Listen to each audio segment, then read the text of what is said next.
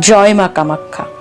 অম্বুবাচী কি, কেন হয়, অম্বুবাচী কালে কি কি কাজ করা যায় এবং কি কি কাজ করা যায় না, পুজো পাঠ করার বিষয় বা কি করণীয় এবং কি করণীয় নয়, অসমের বিখ্যাত কামাখ্যা মন্দিরের অনন্য ইতিহাস এবং এই বিষয়ে অম্বুবাচীর সঙ্গে তার কি সম্পর্ক, এই সমস্ত বিষয়ে আজকের পর্বে আমরা আলোচনা করব।